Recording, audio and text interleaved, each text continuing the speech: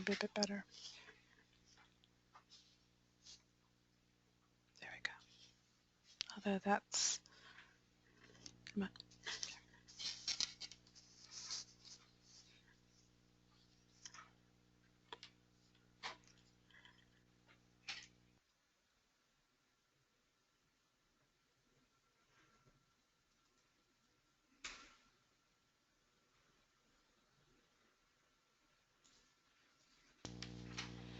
Hello, my name is Samira Salem, and I'd like to thank you for joining today's webinar presentation, Fair Housing and the Racial Wealth Gap, with Professor George Lipsitz from the Department of Black Studies at the University of California, Santa Barbara. We're so pleased to have George Lipsitz with us today. Professor Lipsitz is a leading national scholar on social movements, urban culture, and inequality. He's written numerous books and serves as chairman of the board of directors of the African American Policy Forum and is a member of the board of directors of the National Fair Housing Alliance.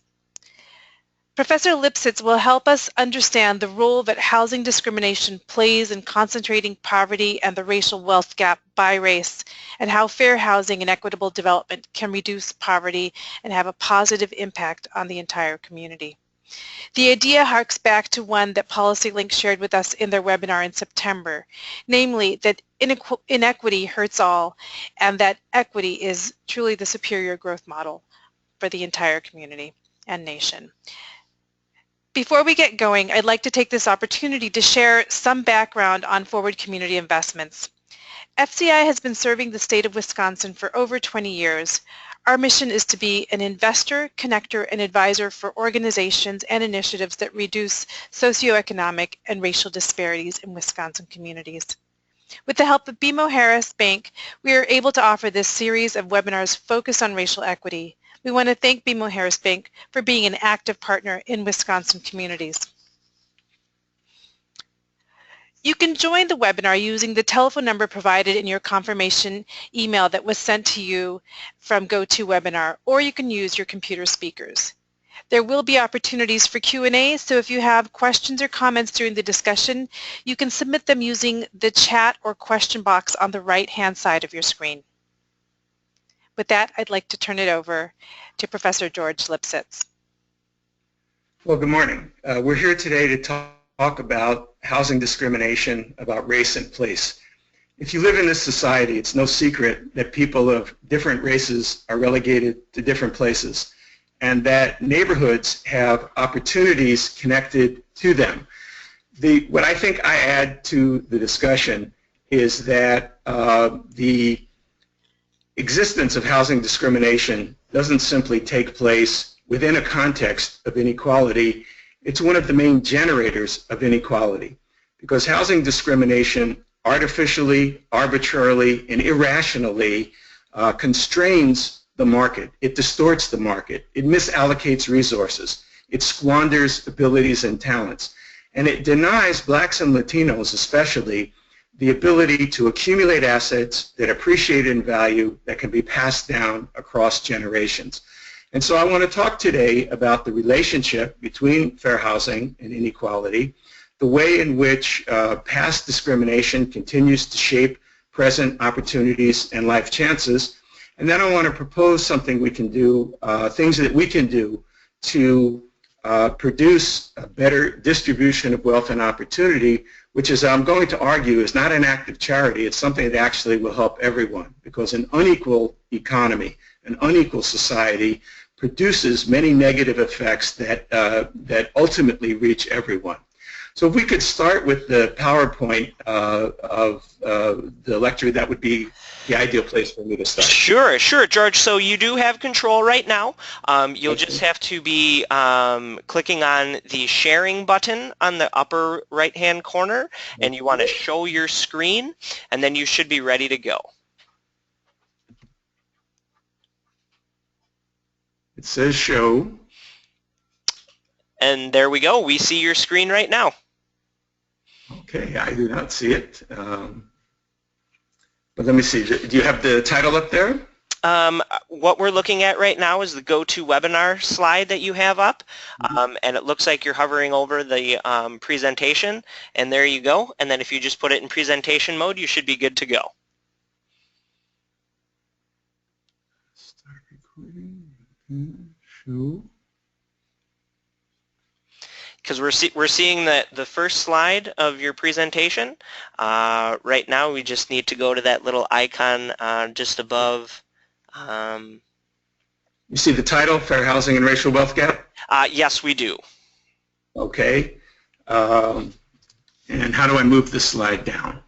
So there's an icon right on the bottom of the PowerPoint that's got the presentation. So if just need to put that in presentation mode, and then you should be able to move the slides. If not, we're happy to take control. Yeah. Okay. Why don't you take control and put up the slide that says Fair Housing and Racial Wealth Gap? Okay. Thank you so much for everybody. We appreciate your patience as we head through here.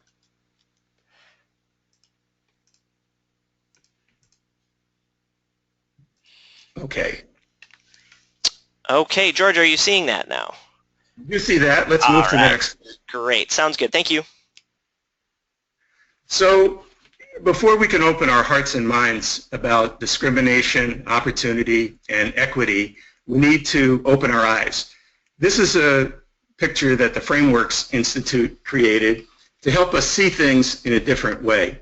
So they have this picture of some cows in a field, and they tell the audiences these cows are sick. And so I want you to look at these cows. I want you to imagine they're sick.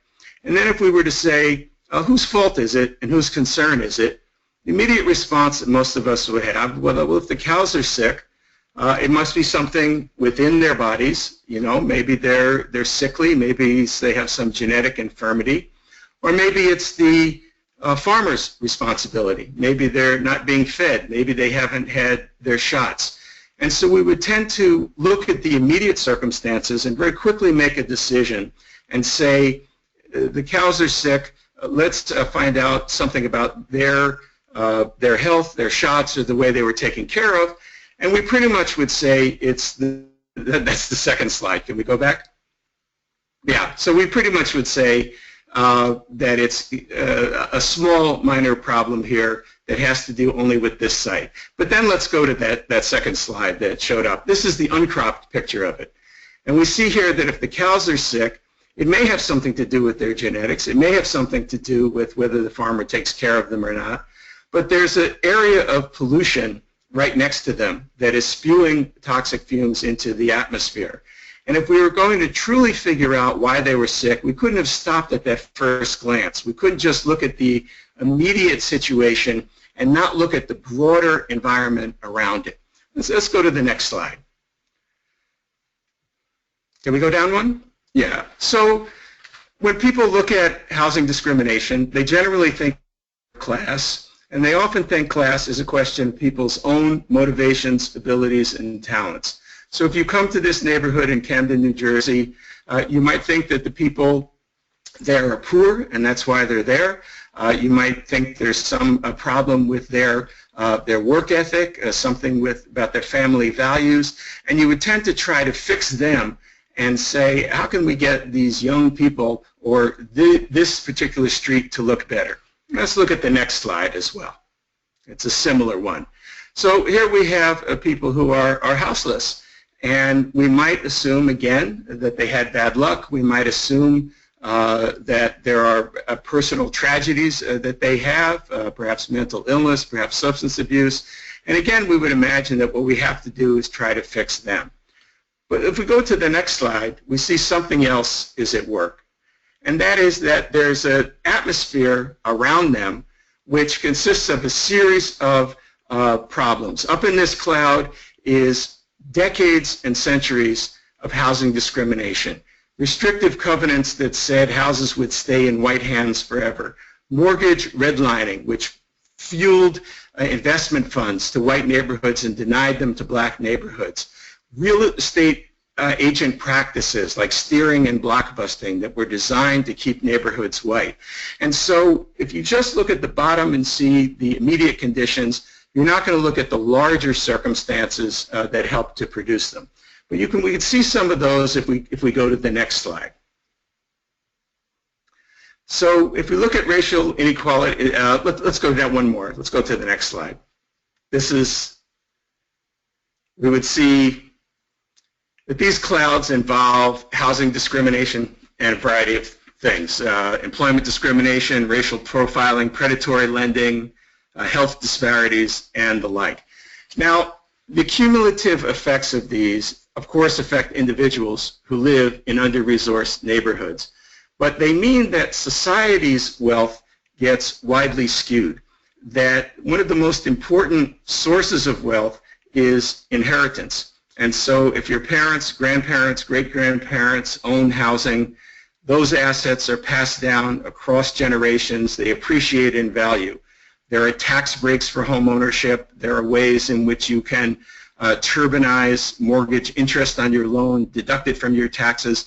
So there are tremendous assets passed down across generations to people who were able to acquire housing in a overtly discriminatory housing market.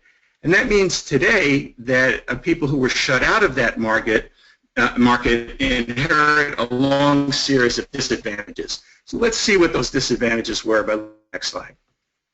We have a winner-take-all economy in which resources are distributed so unequally that for most people it's almost impossible to improve their standing because productivity has gone up by an enormous amount, but wages have not. And so it's very hard for people to out-earn people who out-own them. And this is not just a personal status situation. This is something that's been produced by an economy that has been in development for 40 years, as we'll see from the next slide. So inequality is becoming permanent, that now the wealthiest 1% owns 42% of all wealth. Between the 1970s and the early 2000s, as I said, worker productivity increased 111%, but their hourly compensation increased by only 11%. The share of adults in middle-class households was 61% 40 years ago. Now it's 50%. 1990, 66% of national income went to labor, and now it's much less. So we see that if we were looking at the sick cows, if we were looking at the houseless people, if we were looking for the unemployed kids, that we see really the lower level, the bottom level of a greater redistribution of wealth upward, a destruction of assets and opportunities that stretches all the way up to the top 4 quarters of wage earners and wealth owners. And so what we have is a general crisis for the distribution of wealth, even if those at the top are doing very well and make an enormous amount of money. The argument behind the mechanisms that have produced this maldistribution of wealth have been that if the wealthy are doing well, they'll invest and it will trickle down. But in fact, what has trickled down is homelessness, unemployment, housing insecurity, environmental racism, people living fundamentally without assets. And it's a problem for them, but it's a problem for the whole society as well, as we can see from the next slide. That this economic inequality that we endure is not a temporary thing. It has now become structural in this society. That wage stagnation means that most workers don't get wage increases. The wage increases come in the form of salaries to those with advanced technical skills. It means that asset values have soared. The percentage of profits that go to financial institutions has quadrupled in a short period of time, and that taxes on high incomes and assets have been reduced, but there have been large increases in the taxes that most wage earners pay. Social Security tax, income tax, fines, as you saw in Ferguson and other areas, now provide a large part of municipal income, while property tax relief means that the people who benefit most from neighborhood race effects actually pay the least to maintain the services that they and others use. And this equality is not only structural, it's also racial, as we can see in the next slide. So we have an ecology of inequality. It means that residential segregation and the economic recessions that we've had increase concentrated poverty. In other words, the bottom is doing so much worse than the rest of the society that it inhibits growth. And the main thing that produces that bottom is residential segregation, that black and brown people in barrios and ghettos are not only segregated by race, but they're segregated by class. They're in areas where environmental hazards damage their health. They're in areas where they can't make connections. They can't make horizontal connections to get their first job, to get a loan, to have somebody vouch for them. They know other poor people. And this locks them into ghettos, locks them out of opportunities, and sometimes leads to them being locked up in carceral institutions. At the same time, the wealthy separate themselves from the negative consequences of poverty in gated communities, in special taxation zones, in places where the taxes that they pay are used only in their own area. And so they evade the financial responsibility to address the problems that they cause. And what this means for the society as a whole is that as the density of poor people rises, so does joblessness, crime, family dissolution, substance abuse, disease, and violence. And this is blamed on the poor people themselves, just as we might have blamed the cows or the farmer tending to them in that first slide. But in fact, it's produced by those clouds around them, by this economy of structural inequality. And it means that in order to solve the problem, we can't just attend to thinking how we might fix poor people. We have to fix the larger opportunity structure around them.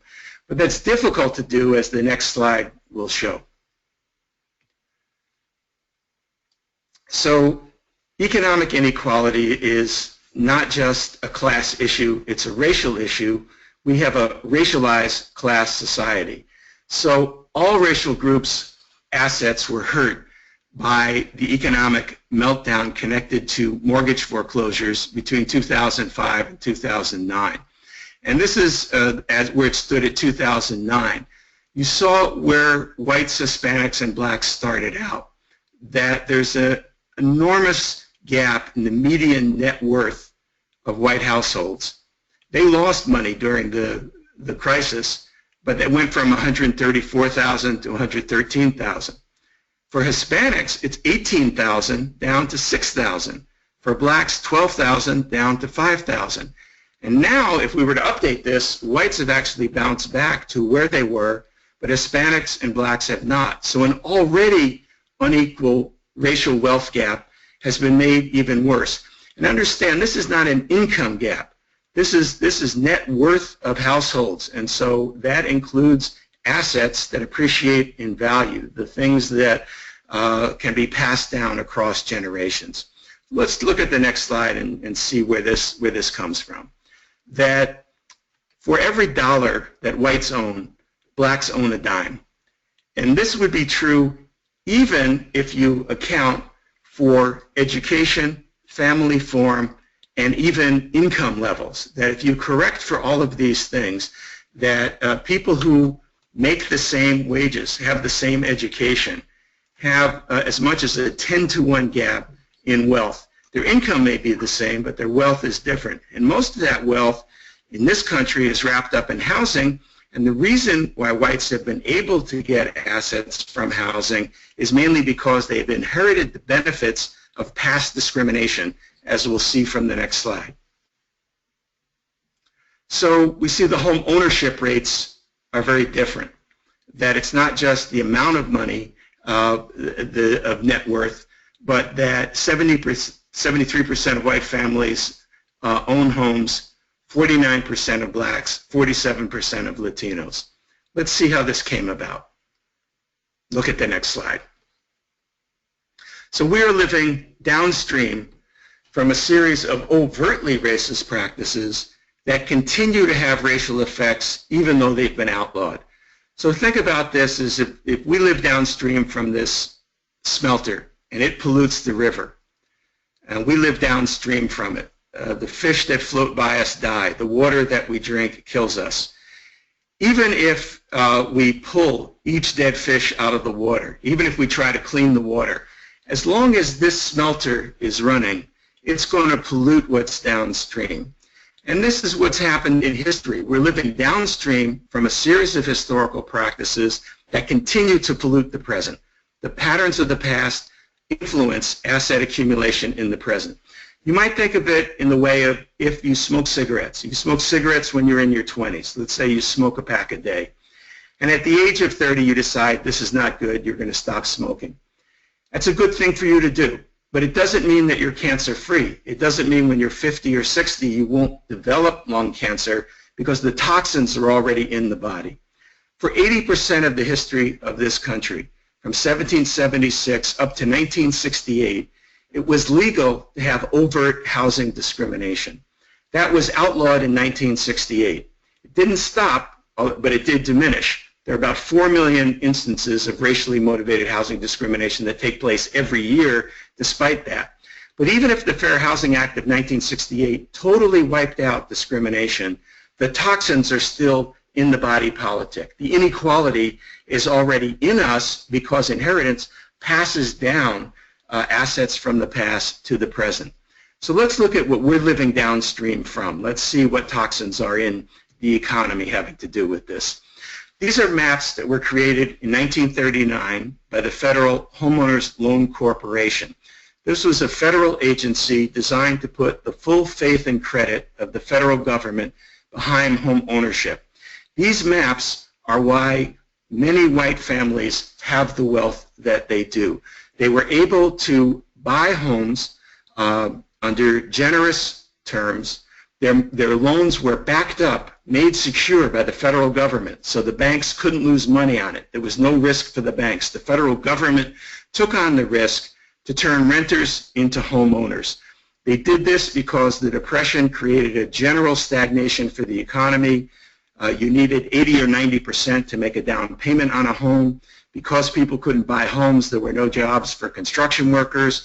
That meant that people weren't buying things in the stores. That led to 25% unemployment. So one of the major ways the Depression was turned around was by this loan program.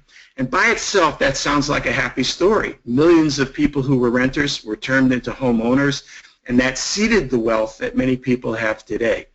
The problem was it was done on an expressly racist basis. That is, every city, this is Baltimore, this is St. Louis, was divided up into neighborhood areas that were given a grade. And if you had a green map, a green grade, you got the best loan terms. If you got a blue grade, you got second best loan terms. If it was a yellow area, it was questionable to get a loan. And if it was red, you'd be denied a loan entirely. There are good fiduciary reasons, good assessment reasons to give neighborhoods different loan qualities. But the Homeowners Loan Corporation expressly said that for a neighborhood to be green, to be white, to get the best terms, it had to be all white. Same with the blue neighborhoods. If you had people of color, the neighborhood was liable to be yellow and therefore thought to be risky.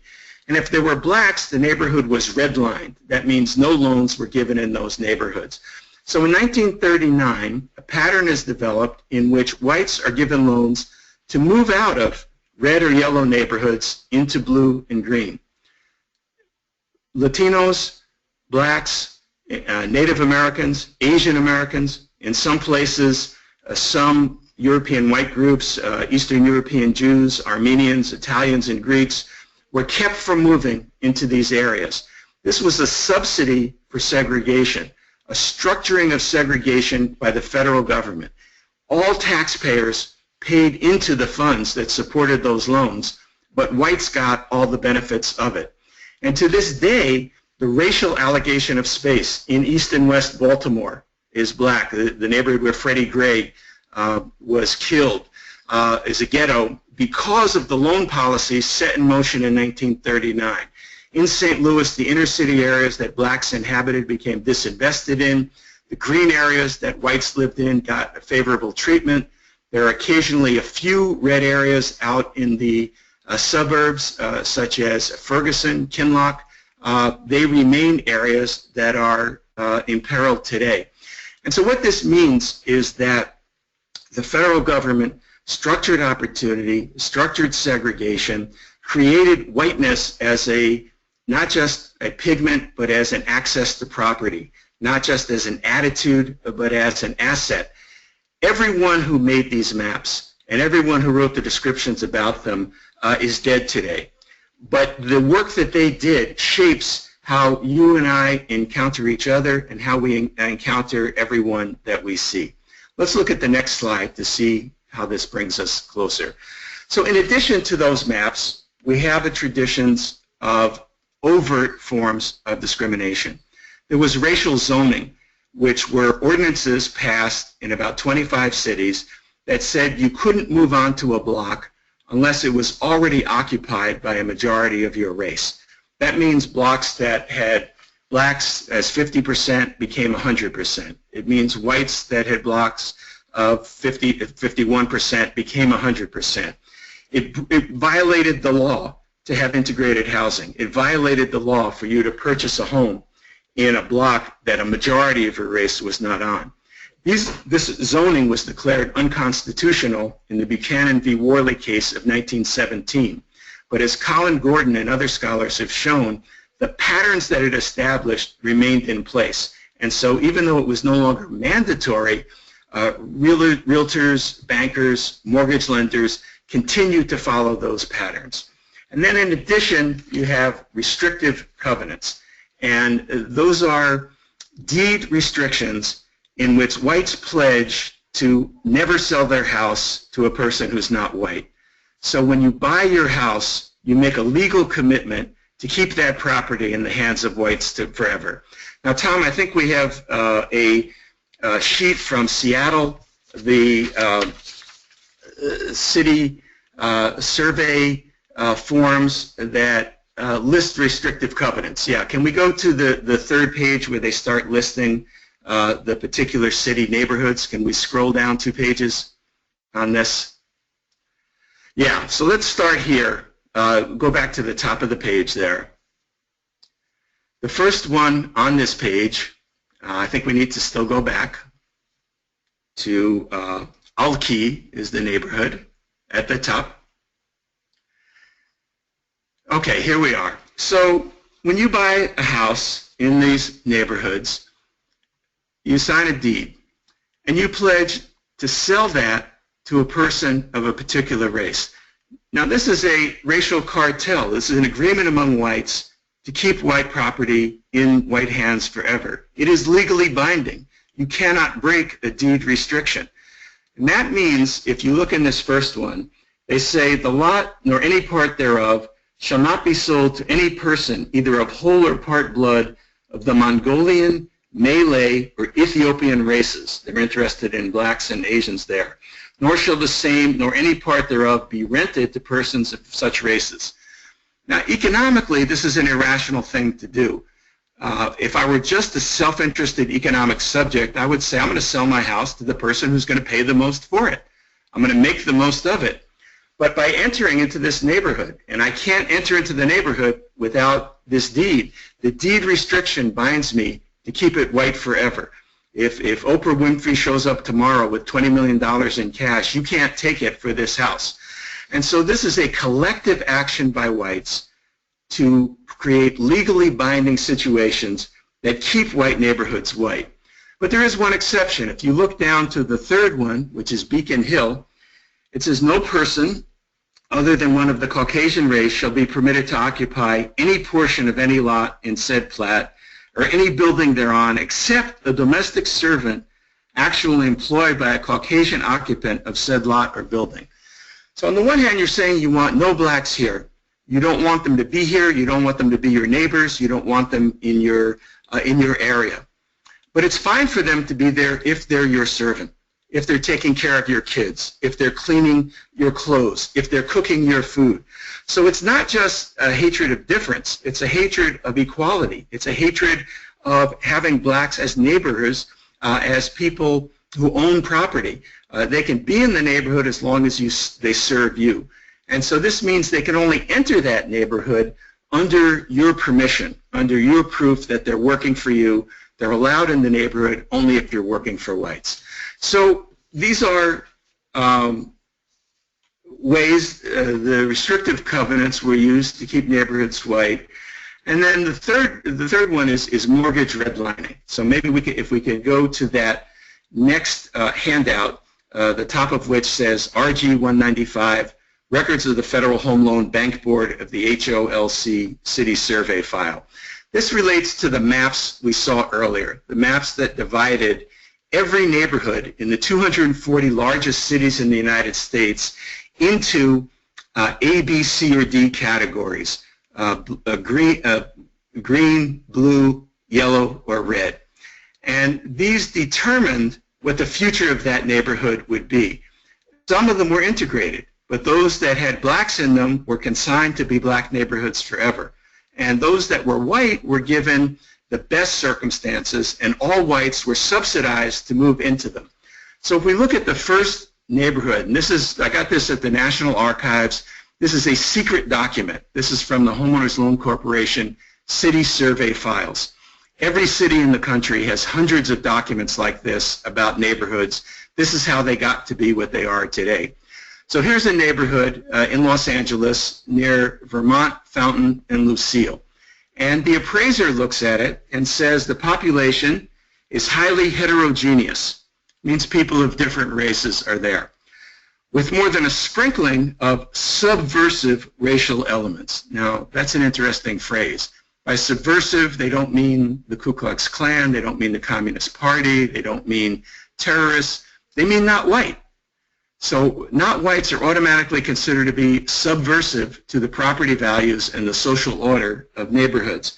So you have a lot of people living together, a sprinkling of subversive racial elements, just a few, being several concentrations of Japanese and Negroes within the district. There is also quite a Jewish population adjacent to the synagogue, which is located in the northern part. While by no means a slum district, the area is definitely blighted and is accorded a medial red grade. So remember, red means you don't get any loans. So getting a medial red grade is like saying you got a regular F. You didn't get an F minus. But it means no loans are going to go to this area because there's a sprinkling of Japanese and black people here. And that means the whites are going to get subsidies to move out. No white is going to be allowed to move in. No homeowner here who is Japanese or black can get a home improvement loan because the neighborhood has been decided to be risky, even though they say by no means a slum district. It becomes a slum because of its racial population, not because of anything they do, but because their presence denies mortgage funding to it forever. Let me do one more, and then I want to get back to the slideshow. So this is the neighborhood near Jefferson and Arlington. It's near the University of Southern California. It's the neighborhood where black business people and professionals lived. The people who ran undertaking homes, who owned beauty parlors, who were insurance agents, who were teachers, who were doctors and lawyers. So this is a middle class or upper middle class black neighborhood. And they say the area is highly heterogeneous, both as to population and improvements. It is considered the best Negro residential district in the city. This is particularly true of the part west of Western Avenue. Owing to stability of values, which would be a good thing, and evident pride of ownership, another good thing, the area is accorded a high red grade, limited mortgage funds, and those limits turned out to be zero. So in one of the descriptions of this neighborhood elsewhere, somebody says the stoops are clean, the shutters are painted, there are flowers in front of the houses, there's pride of ownership, stability of values, and yet this neighborhood is given the death sentence. It's given the death penalty because the homeowners who take care of the homes, who have these values, are black. And that'll mean they can't sell their homes because nobody can get a federally insured mortgage loan to buy them. They might sell them for cash to a slumlord who could then subdivide them and turn it into a slum district. but they can't get the fruits and benefits of their labor. Their property doesn't appreciate in value. Their children and grandchildren don't inherit money. This is what we're living downstream from. This is the origin of the inequality that we have today. And even though this type of loan discrimination is no longer legal, it has become so institutionalized in the patterns of urban settlement, the patterns of investment, and the patterns of inheritance that it is a crucial factor in determining opportunities and life chances for people today. So if we can, let's go back to the slideshow and think about what this means for the present, and move down one slide and see what perhaps we can do. What this has created is that even time is different for blacks and whites. So there are poor whites, there are actually more poor whites than there are poor blacks. But poverty doesn't mean the same thing for whites and for blacks.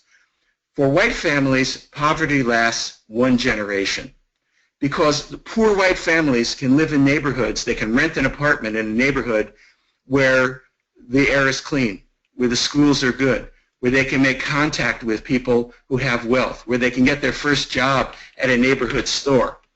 So if you're a poor white, you have a vertical mobility. That means you can get out of poverty.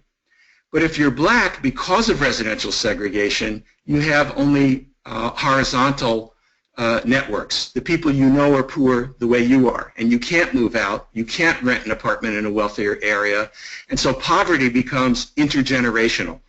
Now, again, this is a statistic that's often used to say, well, look, whites were poor and got out of it. They must be healthier cows. They must be taken care of better than the sick cows we saw earlier who are black. It must be something about their behavior.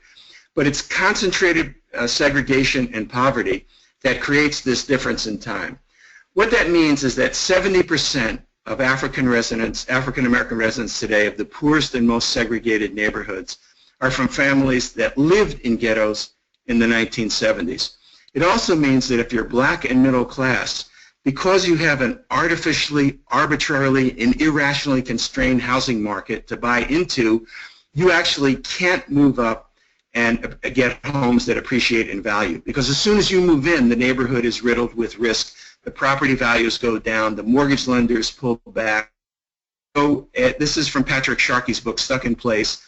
A majority of blacks whose parents were middle class 30 years ago have fallen downward in income today, not because of their attitude, ambition, work habits, family form, intelligence, personal behavior, but because of the structured inequality built into the housing market.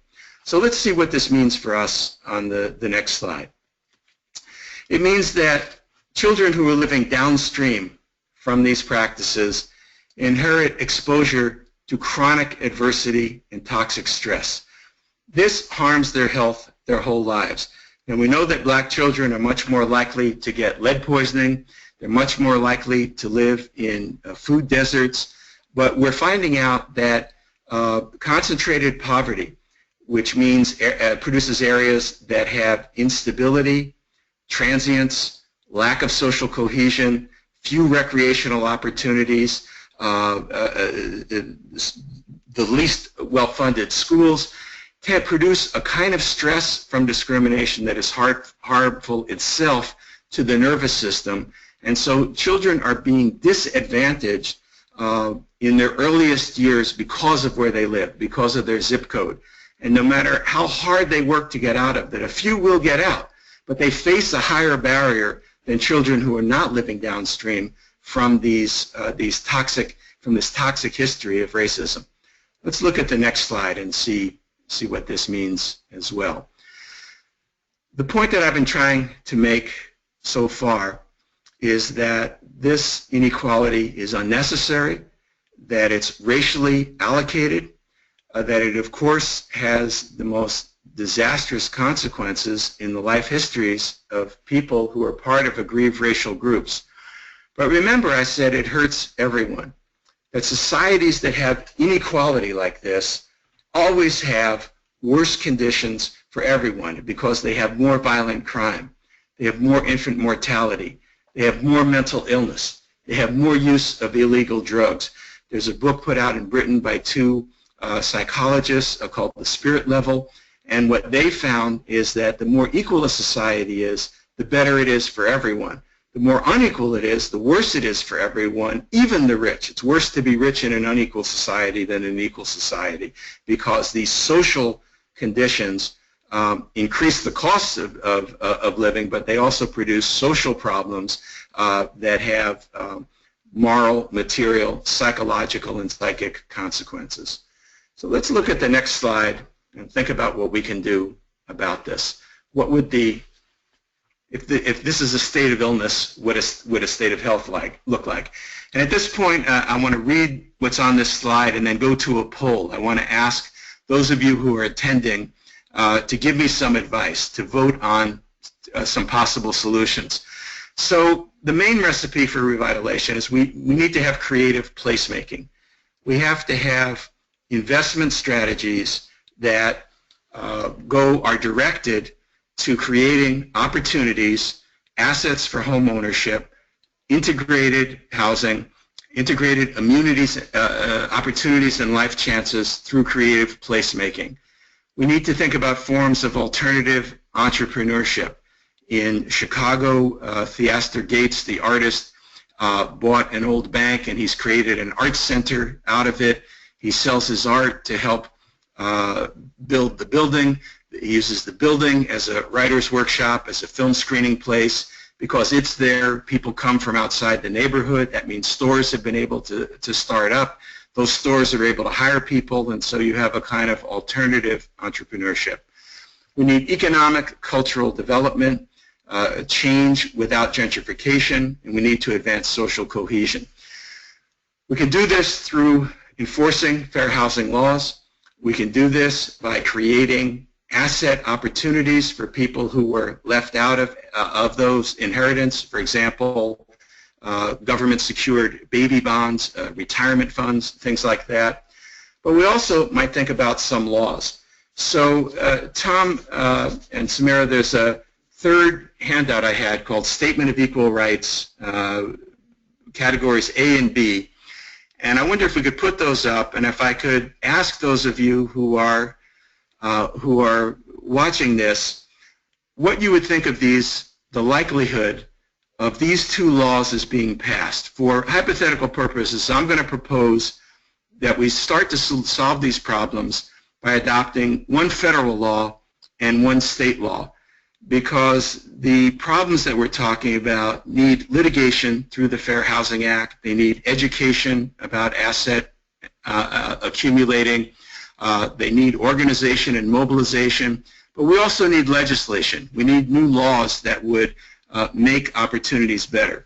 So I want to ask those of you listening and watching, what do you think the likelihood of having a federal law along the lines of that I've written here called Statement of Equal Rights, letter A? I'm proposing we pass a law that says all persons within the jurisdictions of the United States shall have the same right in every state and territory to make and enforce contracts, to sue, be parties, give evidence, and to the full and equal benefit of all laws and proceedings for the security of persons and property as is enjoyed by white citizens, and shall be subject to like punishment, pains, penalties, taxes, licenses, and exactions of every kind, and to no other. So I'm proposing a law here that says all persons. I'm not saying all citizens. I'm not saying all people with legal status. I'm saying anybody who's under the jurisdiction of the United States ought to have the money to freely interact in the economy, and they should have the same right as white citizens. And I'm naming white citizens because white citizens, because of this history of housing discrimination, have had a privileged position in terms of getting home loans and accumulating property. So I'm proposing a federal law that would say all persons have the same right as white people to make money and property. I'd like to have people vote and just tell me if you think that this would pass, that would this be a reasonable solution? Do you think this is likely to pass within the next year or two and become federal law, or should I go back to work and design another one? The second one I want you to vote on is the one below it. I'm proposing a state law. Whatever state you're in, I want this to be the law in your state. And it would say all persons within the jurisdiction of this state are free and equal, and no matter race, color, religion, ancestry, national origin, language spoken, disability, medical condition, marital status, or sexual orientation, are entitled to the full and equal accommodations, advantages, facilities, privileges, or services in all business establishments of every kind whatsoever. So this would be a state law that says you can't discriminate against anybody. Everybody has an equal opportunity. These laws, if passed and enforced, would create a much more equal society. But I'm asking you, do you think they would be passed? And that's the poll I want to do. And then, I'll go back to the PowerPoint, and if Tom and Samira could report on the poll as it comes in, that would be helpful. Let's go back to the PowerPoint now, and let me finish up with conclusions, and we could get some questions from you as well. Absolutely. Thanks, George. So folks responding to George's polls and questions, please use the chat function. We'll be monitoring those, as George mentioned, during the final parts of his presentation, and we'll report those out as well as any questions that you may have. So feel free to ask those, any questions with regards to any of the documents that he shared or any of the other presentation that George presented for us. So thank you so much. Please respond using the chat features. Thank you. Okay, so we need to, I mentioned earlier that in order to open our minds and hearts, we also need to open our eyes. So let's go to the next slide and think about what that would look like. Here's some recent litigation that has been very helpful in opening up opportunity. Lawsuits that are brought to make sure that cities give full service benefits to incorporated and unincorporated areas, that they don't use zoning to deprive minority neighborhoods of garbage collection, of sewer and water connections. US v. Koch was a lawsuit that said a landlord cannot sexually molest tenants who are getting federal Section 8 vouchers. And so what they argued was that these were not only sexual assaults on individuals, but they were an attempt or attack on all women in order to make housing unbearably difficult or for them to attain, or enable them to obtain it under conditions where their gender subjected them to humiliating treatment. This was in a case where the city authorities would not prosecute the sexual assault. Baltimore and Memphis v. Wells Fargo brought an enormous settlement arguing that predatory lending by the Wells Fargo Bank destroyed large sections of Baltimore and Memphis, and that therefore Wells Fargo should have to, through the settlement, invest in opportunities in those neighborhoods to redress the harm that was done there. The city of Miami has a current suit that is similar. They argued that with all the foreclosures, Miami lost tax revenues, home values went down, therefore property taxes went down. They lost real estate transfer fees because the houses weren't being built. They had higher crime expenses, crime control and fire control expenses because of abandoned buildings, and that deliberately racially motivated patterns of exploitative lending, predatory lending by the bank, produced the social disorder that they ought to remedy. If we go to the last couple of slides, we'll see what looking at this differently might mean. It's impossible to out-earn people who out-own you, so we need to have a series of changes, which I've outlined already. Let's look at the next slide. So what this means is that we need to see ourselves as linked together rather than simply in competition. The idea has often been that the more that some people get, the more motivation that will give others to keep up with them. But if you make some people so strong and others so weak, the strong will break the weak and the whole apparatus will break down. You can see that in the last slide, which I want to put up now. This is a slide of the wheels of a mill. And these wheels only work if they are all strong, if they all work together. If one wheel is very strong and the other is weak, the strong breaks the weak, the mill breaks down. I'm saying that we've created a society of artificially inflated strength for some and artificially deflated weakness for others. And that's going to make the whole society break down, that we would be better off if we invested in a more equal society so that the wheels of the mill could turn together and produce more opportunity, more value, more worth than exists now. What we're doing now is ruinous, and it's heading toward a point of no return. We are squandering the abilities, the productivity, the hard work of millions of people who cannot get out of the poverty conditions that they're in. We're misallocating resources terribly, and we're creating unnecessary social costs that would be alleviated if we had a more equal society and a more socially cohesive society, which we would have if we had full enforcement of fair housing laws. So I'm happy to take any questions, and I'd like to hear the results of the poll, and let's see where we go from here. Great, thank you, George. We did receive some folks responded to the poll, and I'll share those with everybody here. So the first response was that, unfortunately, I don't believe that they would pass. On the other end, we did have some believe that yes, both of them.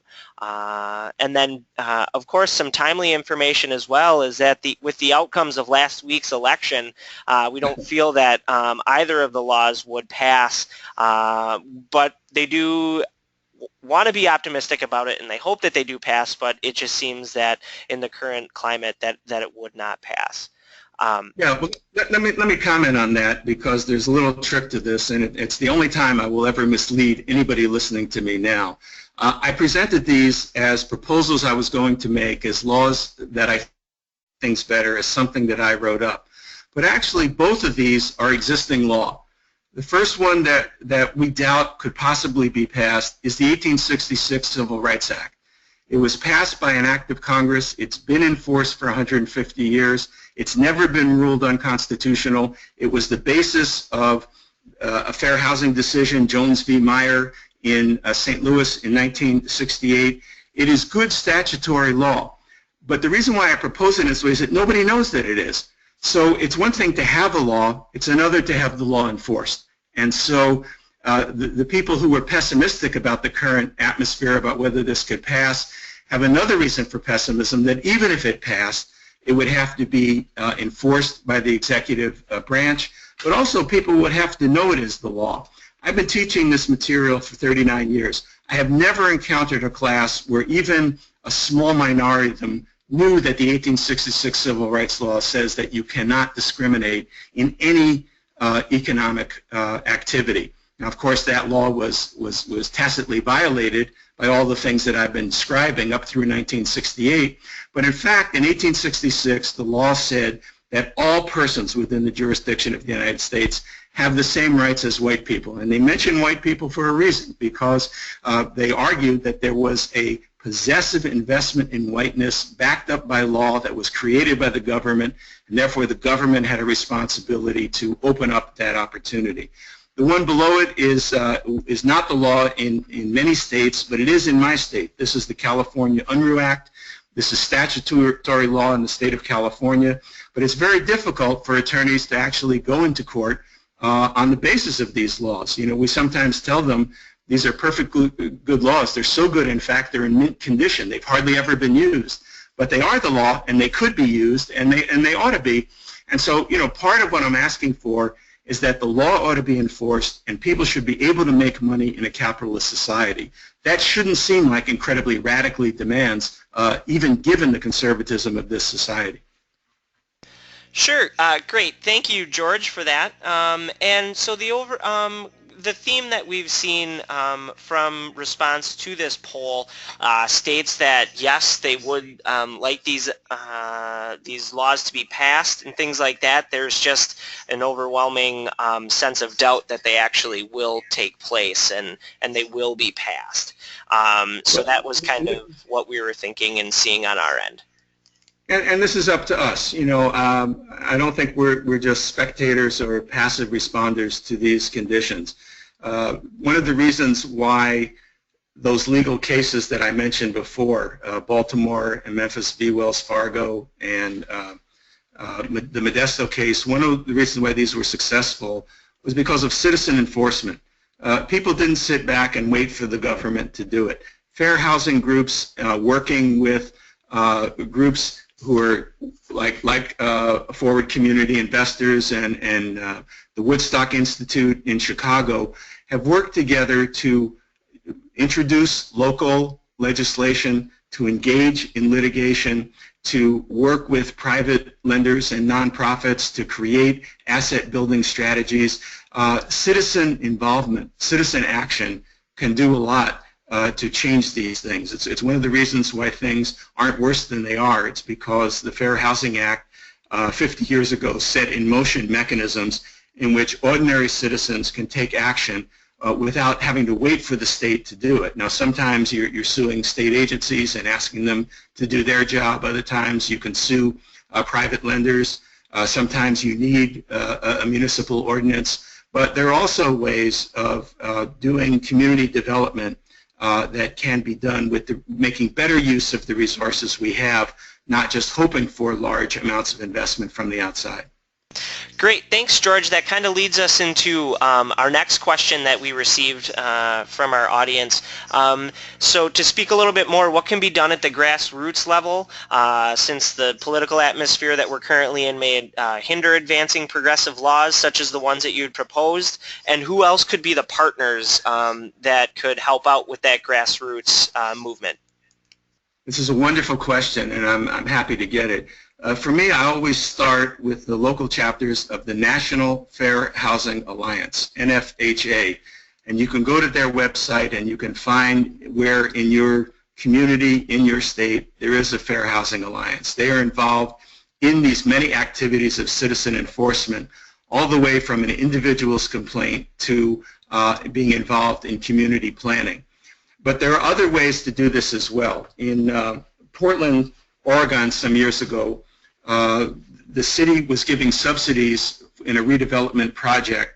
They were going to bring in a particular merchant, and the community residents got together and said, well, if you're going to spend millions of dollars to bring, to subsidize a business coming in here, shouldn't there be a community benefits agreement that talked about maybe that company should put its money in a local bank, maybe it should hire people in the local neighborhood, maybe it should make a commitment to a certain amount of charitable contributions for community-based organizations that will produce social cohesion.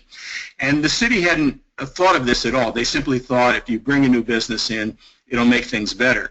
The neighbors thought if you bring new businesses and houses in, prices will go up, we'll be driven out, we'll have to live somewhere else. And what they said is, you can live with us, you just can't live on top of us. And so the idea of community benefit agreements connected to development, and almost all development has some kind of government subsidy connected to it, and so there are reasons to make claims on it.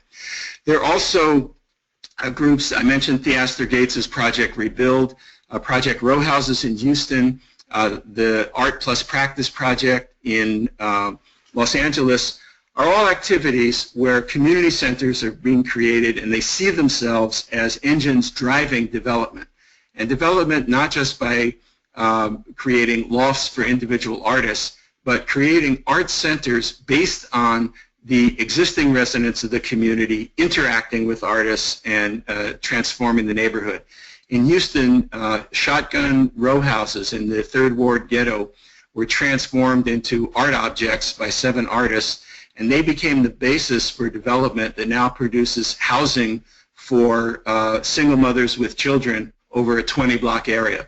And that has revived, started local businesses and helped a variety of things to develop. So there are a lot of creative things that could be done, but in general, the way we describe this is legislation, litigation, education, organization, and mobilization.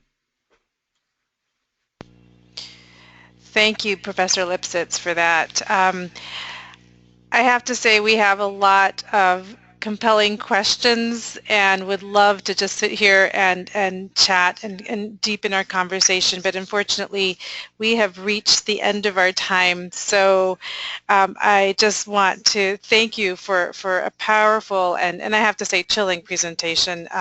It's a great reminder of the fallacy of trickle down, especially when you have a legacy of racist policies that lead to this asset inequality and poverty, and patterns that continue to affect us, and opportunities for life chances today. The other thing that I think really emerges is that idea, again, of equity as the superior growth model for all. I think this talk is an inspiration for us to apply ourselves and to continue to work towards these goals of equity, and especially given the context that we find ourselves now with the new administration taking over, and our uncertainty regarding where things will go. So thank you very much once again to you, to all of our listeners, and we will be posting the recording in the next few days, along with all of the resources that Professor Lipsitz has shared with us. Have a wonderful day. Thank you.